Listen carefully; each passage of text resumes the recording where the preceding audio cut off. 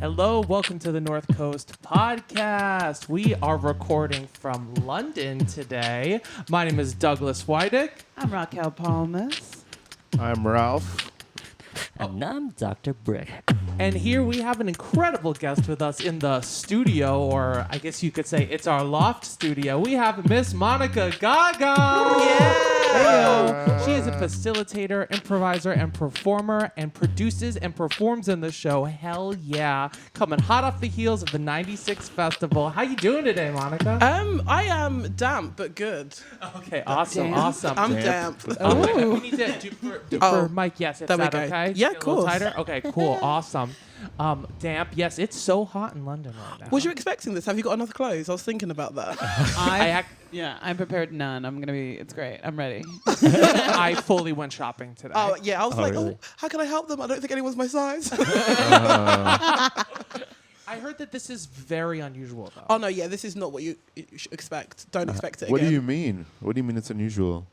Where? The warmthness. You know, Dickens always spoke about how warm London is. Warm and clean. Yeah, it's usually cold. It's usually damp, but in a different way. Yeah. Okay, yeah. Yeah. So the humidity is on par, but the heat isn't.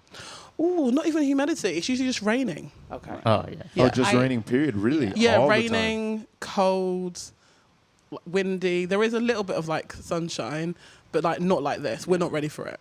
I've never Really? seen an Englishman with no shirt on. Am I allowed to swear? Yes. Yeah. I'm not going to swear now, but I was organic thing where I was like, I will stop. Oh, when the weather changes, because we're not used to it, literally people are just like, let's get the barbecue out. Everyone's like literally on holiday instantly. Oh. Yeah. That's It's a the novelty. vibe that I was seeing out there. Okay. Yeah. I was That's like, fun. And so do people have backyards? Like, is that a thing where in London? Yeah, they have backyards, but if not, you've got the park and stuff like that. Even if you're living in a block of flats, you usually got the green downstairs, and you just kind of ignore like no barbecuing in this area, and people just do what they want until the police come, I suppose. Oh, wow. Is it normal? We saw it today when we were walking. I just have a lot of ignorant questions about the UK. We saw a lot of, in the park, a lot of businessmen just sitting down on the ground in their suits. yeah. Just hanging out. Do you see that often? Yeah, because I suppose they're just catching a little bit of time, and the fact that it's like sunshine, and they probably haven't touched any light, so they're just like, let me get some light. And I always like to remember, businessmen are people too. They're just wearing suits. Yeah. Who knows what they've been up to out of those suits, but they're people too, getting their air. Was there a scarcity of chairs, or was it just to sit on the No, floor? they're just sitting on the grass together, like little, like they were sunning, but they were all wearing business suits, and Yeah. that's, we don't see that It very was at often. St. James Park. There's a lot nice. of open grass Yeah. land over there. So it wasn't just them that was in the grass. Yeah, It there's was plenty a of whole people, bunch but of they were there was many groups of people in suits just sitting down, just sunning and hanging out. Yeah. I feel like we don't see. Is that something is that weird to you or no? I suppose maybe it's not weird just because the weather's nice, so you just need to grab it while you can. Wow. What's weird to me personally is when people wear bathing suits in a park, just because the weather's not good, so I'm not used to seeing people in bathing suits if they're not on the beach. So I'm just like, okay, you're outside my house naked. Right, it's like a baby in an office. You're like, Yes. this is incongruous. Yes, Yes. but I like it still. Yeah. But I've got work to do, It's distracting. Yeah. Right. It's like, now I want to play with that baby. Well, Monica, you just came off the heels of the 96 festival. Tell us a little bit about what it's been like producing Hell Yeah in the current, COVID and everything that's going on. How has it been? Could you talk about what Hell Yeah is first? let's start with that. Yeah, so Hell Yeah is a queer collective that I put together just because I'm just like, where are the queer people at? And also, where's the queer non-cis men at? And we're hiding everywhere. So I just wanted to really put together a show that just like showcases just like awesome queer non-cis men, and I mean, non-cis people. So I We've can had see our a show. time. No, you're definitely welcome. You're definitely welcome, but not in my show. That's fine. Yeah, so it's just really nice to be like, oh, actually, like there are people like me out there as well, and just to see like a different vibe of show as well. So that's why I put it together. Doing it in COVID was just difficult because we were supposed to be like 3 years ago. We were supposed to have a show at the Omnibus Theatre, which is in London, and then like obviously the world happened. But you know, we did it like online. It's not ideal, never ideal, but like we just have to just literally go. How can I keep the cast as safe as possible and people to be as comfortable as possible and no pressure? Like if you're cool with coming out to play, you play. If you're not, you're not. I'm always just like, it's like all love, no stress. That's what I want the show to be like. Yeah. That's awesome. And what's the lead up like to a performance of Hell Yeah? Are you rehearsing? Are you like talking and dreaming with your cast? So really, it's just a lot of admin. The excitingness of admin. It's just me. I suppose the production team is me and my partner. Just that kind of unpaid labor that we have in the world. So we actually don't rehearse. So for Hell Yeah, we don't rehearse. The cast are people that are performing constantly, improvising constantly, so they're keeping like fresh. And what we do before a big show is just hang, check in, talk, pick up that vibe, and then like that works for us. So this is what we're going to continue to do. I was going to ask, what's the structure of the show? What kind of perform is it? Yeah, so it's pretty free. Again, because we haven't got any rehearsals in, I want it to be like all love, no stress. So we just asked the audience what is a meaty meet, which is a time that you've like met someone and it's kind of like stayed with you. And it might be profound. Say that one more time. Meaty meet. Like a meaty meat. Like it's got meat to it. Yeah, like meat to it. MEATYMEET. Yeah. Okay, that's awesome. Meaty meat. A mini meet. And then people can share things that might be profound, or it might be just something just like even nonsensical, but like it stayed with you for some reason. And then we just use those stories to make our show. And it might be just like one long form show and it's a story and it makes sense, or it might just be like from one world, or it might just be like a random shitload of scenes. Like we don't know what's going to happen until it happens. Such is improv. That's cool. Yes. Hell yeah. I'm trying to have a meaty meat. Meaty meat. I'm trying to have a meaty meat. Meaty meat. I'm trying to have a meaty meat. Meaty meat. I'm trying to have a meaty meat. Meaty meat. Met him on a subway. Yeah, I was doing my own thing. Yeah, he was reading a book he was about to finish. And man, it was crazy. I was witnessing it. And I was like, yo, how'd that feel? And he looked at me. He was like, yo, that was real. And he gave that book to me to finish it. That book was called The Idiot. Meaty meat. Meaty meat. That's a true story. Have a meaty meat. Meaty meat. Englishman? Meaty meat. Idiot. Meaty meat. By Dostoevsky. Have a meaty meat. Meaty meat. Oh, yeah, we gonna get deep, gonna get real dark. Yeah, I met you on the street, yeah, instantly had a spark. Ooh, yeah, feeling like a bad bitch. Yeah, I met you drunk once on the streets of Shoreditch. You was wearing no shirt cause it was a holiday, and we barbecuing in your bedroom like, hey, I left you my number. It was such a bummer, but I'll never forget that weird London summer. Have a meaty meat. A meaty meat. It's sweetie sweet. I'm have have a meaty meat. A meaty meat. It feel complete. I'm have a meaty meat.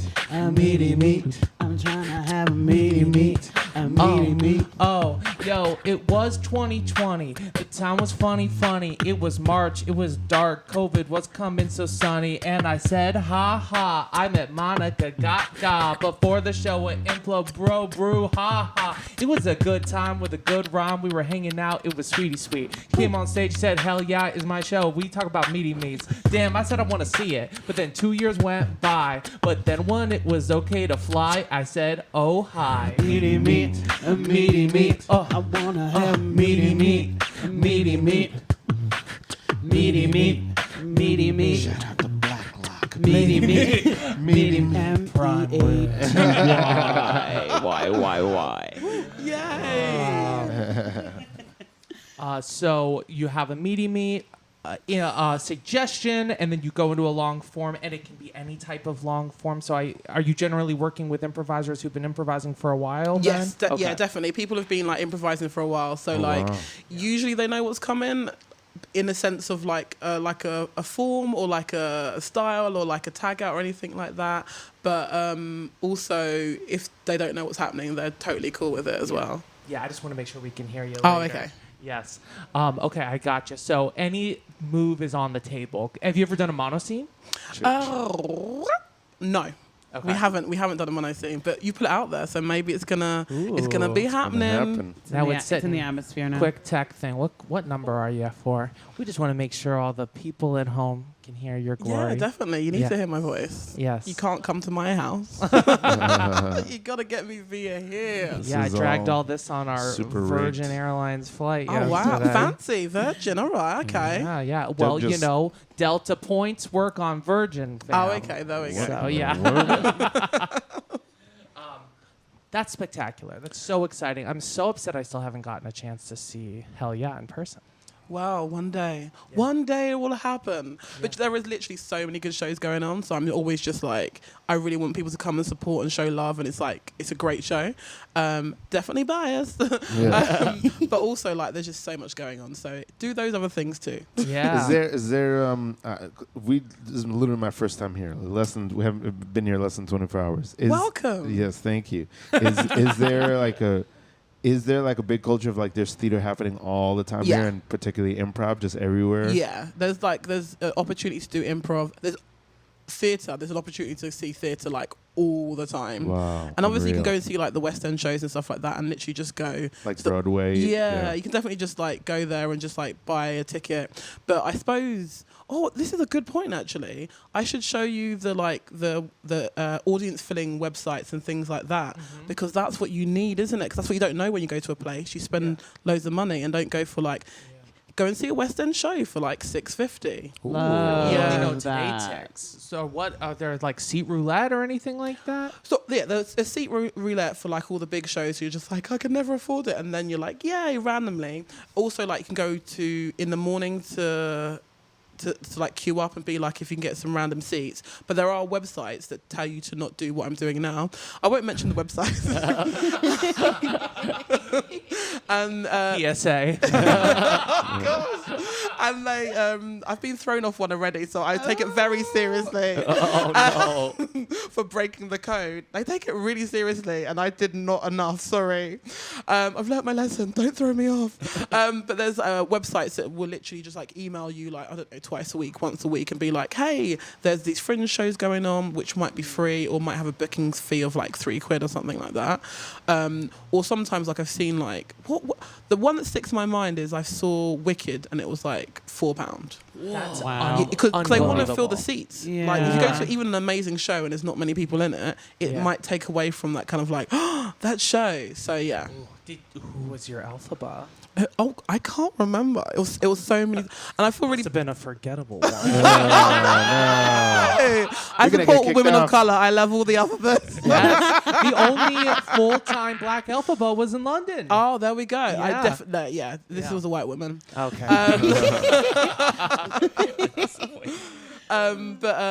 It was amazing. But I think I feel a little bit spoiled because I think I've seen Wicked like 4 times. Wow. Yeah, because I work with young people and I was part of a youth theatre and then like I was teaching in a youth theatre. So Yeah. like I never knew how good I had it. I've like seen like really good shows for like no money or getting paid to go there because I'm working, whatever. You're like, this is a part of the job. Forgettable Elphaba. Forgettable Elphaba. Forgettable Go Elphaba. see a wicked forgettable Elphaba. Forgettable Elphaba. Forgettable Elphaba. If you're gonna go see wicked and forgettable Elphaba. I'm seeing the show on the West End. I'm gonna go with my best friend. I'm gonna go see Go see an Elphaba. I really want to see Jessica Vosk. I want to go see it not lost. I want to go see Jessica Vosk on the West End. Big cost. Whatever Elphaba. Forgettable Elphaba. Forgettable Elphaba. Forgettable Elphaba. Forgettable Elphaba. Forgettable Elphaba. I was going around here. Forgettable Elphaba. Oh, Forgettable precious Elphaba. gorgeous. What is an Elphaba? I ain't seen Elphaba. I ain't see Wicked though. I ain't see that show. I know it's Wizard though. Eyes that you talking about. Alphabet Elphaba. Forgettable Elphaba. Forgettable Elphaba. Forgettable Elphaba. Stephen Schwartz. Forgettable Elphaba. Forgettable Elphaba. Forgettable Elphaba. Big Broadway show. Oh, yeah, never seen the Twix, but I know I seen 6, and I'm coming through. Heck yes, coming and see and Juliet. Yeah, she forgettable. She definitely was a white woman though. That's it, because she was forgettable. Forgettable Elphaba. Forgettable Elphaba. Forgettable Elphaba. Monica saw a Forgettable Elphaba. Forgettable Elphaba. Wizard of Wizard. Forgettable Elphaba. Wizard and not forgettable Elphaba. Wizard of Wizard. Forgettable Elphaba. Hey. Oh. Oh my goodness. Oh no! I respect the toil of West End stars that go from being on the West End and then have to work in Costa because it happens like that. Memorable Elphaba. Yeah. Memorable. No, I'm just Wait, kidding around. you said you worked in youth theater and then transitioned to actually working there. Tell us about your theater journey just in general. Oh, when I was in the time from going to primary school to secondary school, which just to put an age on it, I was about 11. There was like this 2-week drama summer scheme going on, and my nan forced me to go to it. I did not want to go, and then when she dropped me off there, she was just like, she spoke to other young people and was like, this is my granddaughter. And I was like, oh my gosh, how dare you speak to anyone else? I'm so embarrassed. And then I loved it. Like, I'd never been to, I used to do dance and things like that before, but I'd never like been like, oh, I really like doing drama, things like that. Had 2 weeks, had the best time of my life. And I was just like, oh, this is a thing. Like, when you just like pretend to be someone else and people aren't just like, shut up. Yeah. And then, yeah, from there, that springboarded me to just be in youth theatre. Like, a lot of I was introduced to improv there. So a lot of improv, a lot of like remembering lines. I don't know how I used to do it. And then I got to, where were I? I was 18, so it was the summer of like my first year at drama school, and they needed a female worker to go on the trip to Chicago. So I got to go to Chicago, go to Second City it was Chicago for 2 weeks, was at Second City, and I got paid to be there, and they paid for me to go on the course as professional development. Wow. I know. I'm like, I'm so glad. That sounds life-changing. It was so awesome. And also we went, I can't remember if it was 10 or 16 young people, but literally, like, I was 18, some of them were like 17, no one like missed back, like, I didn't even feel like work. Obviously we had to supervise, but it didn't feel like work at all. And it was just like so amazing, which was awesome because I used to volunteer before that time. My mum used to be like, why are you working for free? Stop working for free. Stop working for free. And like a job came up and I went for it and I didn't get it. And she's like, stop working for free. And I was like, this is why I did it. The karma came back to me, and then I got to go to Chicago for 2 weeks for free. Which is awesome. Is to follow up on Raquel's question, is the improv scene, is it all like a bunch of theater kids, or is it just people who just like improv? Because in New York, or I don't know how it is in Chicago or LA, but in New York, a lot of people who show up to do improv, I would say at least half of them don't consider themselves actors or ever had anything to do with theater beforehand. Yeah, definitely. Like, fast forward now, like, I teach improv, and there are some people that like are stand-up, some people that are like actors. A lot of people are just like, I want to be able to just like do small talk because I work in an office and stuff like that. Are there any businessmen who sit on the ground? Yeah. If I see him in a suit, I'm just like, get outside. Let me see you sit on that grass. I know you want to. You set them free. Yeah, like, that's your definitely, assignment. definitely. That's your homework for class. I feel like that'll be like the new Harry Potter series. It's just businessmen who sit on the grass. They'll just be solving crimes and stuff. In the lunch break. Yeah. That'll be the condensed one part Harry Potter and the Cursed yeah. Child. I heard they're not condensing it down here on the West End version. Do you follow that at all? I do, but I just have a strange relationship because I was just like, oh, that was a big part of my youth of like reading the books and like going to see waiting for the films to come out to go in to see it and being like, oh, this is such a beautiful magical world that like literally embraces so many people. And then the writer doesn't, and I was just like, stuff like that always just it turns me because at the end of the day, like the writer wrote it. Yes. Sorry. Whoa, mic drop. The writer wrote it, but they are making so many jobs for so many people, and they've helped so many people with those stories of finding that sense of like belonging and purpose. So I'm a bit like, I don't want to ever slam it because it was still a thing, but Yeah. So I'm not difficult. seeing. Yeah, and also it's really Yeah. expensive. But yeah, Yes. it's 2 shows to cut. Okay, Yeah, okay. you have to like put in the Yeah. time. Gotcha. Yeah, because they're condensing it down into a 7 one-parter in hours. New Wait, York. what's happening? They're making it a oneer in What New is York. it? The Harry Potter and the Cursed Child. It's 2 parts. Oh, it's it's a a Broadway. play. It's a It's a s- Broadway. Oh, They did a it's too. play-only sequel of Okay. Harry Potter. Wow. And Harry Potter is a cop. He works for the Ministry of Magic in it, doesn't he? I don't. Yeah. Oh, you I haven't seen it? I don't know the story. Yeah. So it's like part one on one night, part 2 on another night. Yes. Or you Whoa, do it all that's in like one, like Shakespeare. Yeah, Angels you in do a America. matinee and then in the Wow. evening. Yeah. Wow. You got to proper go Wow. for it. I did that with the Northern Lights. They had not all of them, just like one of them. And it was long. I was just like, wow, this was great, but it was a lot of time to be in the theatre. Oh, that's a play. I was like, you went. Yeah, I went to the Northern Lights. Been too bad. Reykjavik. She went to Iceland and saw Harry Potter. Whoa. Oh, Wow. wow. But, That's incredible. So you had this huge pivot point where you said the improv gods have spoken to me when you went to Second City. It's like, would you say that improv is your predominant type of theater you want to be involved in, or do you ever want to? Oh yeah, definitely. Like I literally live and breathe improv, and like I was loving it before I even went to Second City. Then that just really sparked, like even more like, wow, this is a thing, and other people are doing it as well, like out of the country. And then I went to drama school. We didn't have any improv really. We did a little bit of playback theatre, but not really a lot of improv. And then when I finished drama school, I was auditioning for this kids show, and the person that was in the kids show was like, oh, I'm also in an improv group. So I had like almost like 3 years, 2.5 years without any improv, and I was like, oh, I remember that thing that like sparked so much joy for me. And that's when I went in like hard again, Wow. of just being like spending all my time. Beautiful. Beautiful. What drama school did you go to? East 15 acting school. Sorry for any trauma that I induced to people, but I had a good time. Yeah. Yeah, the old guard of acting training is slowly fading out, and I'm very grateful for it. Well, I was like, we had this one project where you literally for a week lived a traumatic experience of like some turmoil within time, and you like you're doing it from like 10 till 6, so it's like really like psychologically damaging. And I remember just finishing something and just like crying like in my flat, and my flatmate was just like, what is wrong with you? I'm just like, I'm just going for a lot. And it was just like it was a lot. Yeah. So they assigned it. They were like, "This is the trauma you have to deal with for the next." So I was in Israel, and like so it was like which is not, obviously it's a continuing thing, Israel and Palestine, and you're just living through the things that people are going through. So it might be the case that you are, and this is obviously just parts of history, not all of it. So I'm definitely not doing it justice. Please do your own work. Like people were like kidnapped, which even if you play being kidnapped for like 10 till 6, it's still like being kidnapped. Yeah.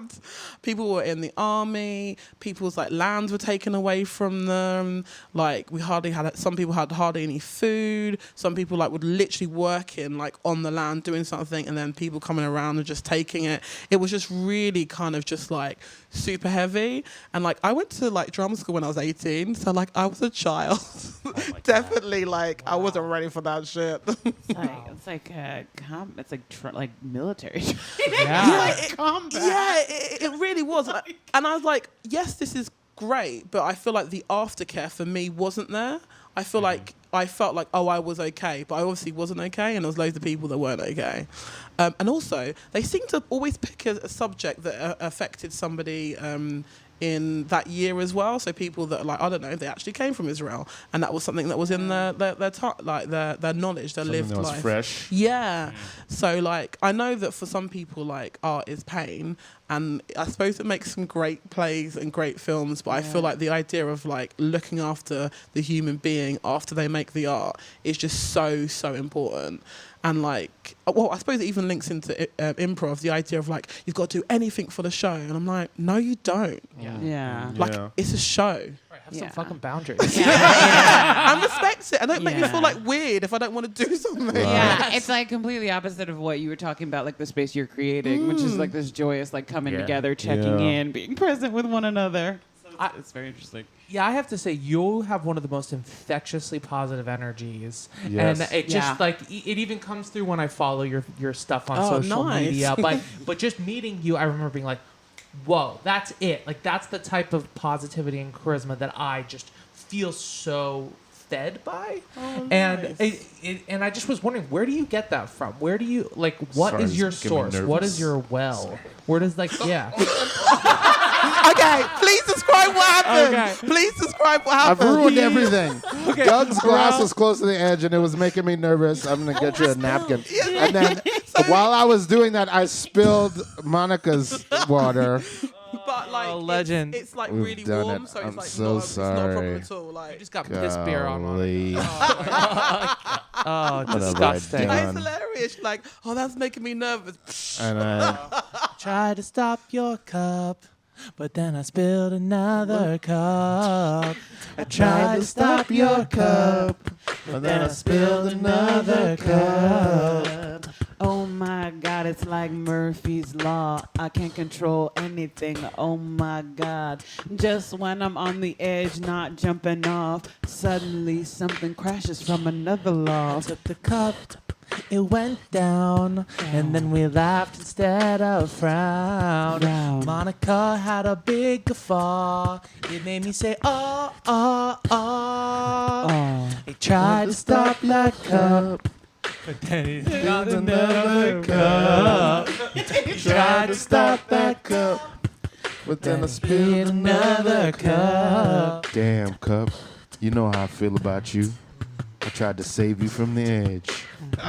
You were so close to falling, and I reached out to help you, but then I spilled another one. I spilled another one over my friend Monica. Damn. That's just how it goes sometimes out in these streets. You stay away from the edge, baby. You stay away from the edge. He tried to stop that cup, then he spilled another cup. He tried to stop that cup, but then he spilled another cup. Oh. Yay! I'm so man. glad that happened. Thank you for making me part of this Oh experience. my God. So not to make it about us, where do you get it from? I fucking love improv, and I'm definitely obsessed with it. I think I've got a much better balance now. I'm not improvising literally all the time, because if you keep too much doing it all the time, you're improvising about improvising. Wow, and it's yeah. definitely not reflecting the world. But yeah, I literally just love improv. So it just gives me a joy that, like, when I get to host shows, I just get to watch a show and be that person that goes, wasn't that great? Yeah. Let's watch something else that was great. So, awesome. and also just the idea of how improv has touched so many people's lives. Big It's time. it just brings so much joy. So I'm just like, that's definitely what I'm feeding off. Yeah. If you had to put into words what improv means to you, what would you say? I feel like for me, improv means home. Oh God. I love it. What now? beautiful. Yeah. Lean into it. Yeah. No, it definitely just means like just home, because I just feel like it's such a space where I've been allowed to like grow to be myself, and I feel like if I did not have this in my life, I would definitely be like a different person, and I would probably be married to a man. Whoa. Don't do it. Wow. Yeah, I reckon. I love I it. don't We'll dig into that the Yes. next time we have you on. That's a great segue to say our goodbyes. But we were just curious, is there anything you're plugging? What's next? What's on the horizon? next? Definitely just go to hit up monicagaga.com, because like I fucking love improv, and I'm doing lots of different things. I'm going to be doing a show at 21 Soho, which maybe you'll get to catch, not my show, but like a show at 21 Soho, because there's lots of great comedy going on at that venue. I'm always at Hoopla, hit me up there.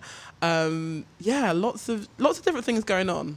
So that's terrible because I'm not plugging anything. I'm plugging my website, Keep www.monicagaga.com. your website up to date. Yeah. Yeah. There we Awesome. go. There you Not go. sleeping, but keeping it up to date. There it is. I love it. Thanks, Monica. Thank you. Thank you. Thank you for listening to the North Coast Podcast. You can follow us at North Coast NYC on all social media. And please follow Miss Monica Gaga on social media as well. We have lots of shows coming up, and you can also check out our classes and mailing list on our website, northcoastnyc.com.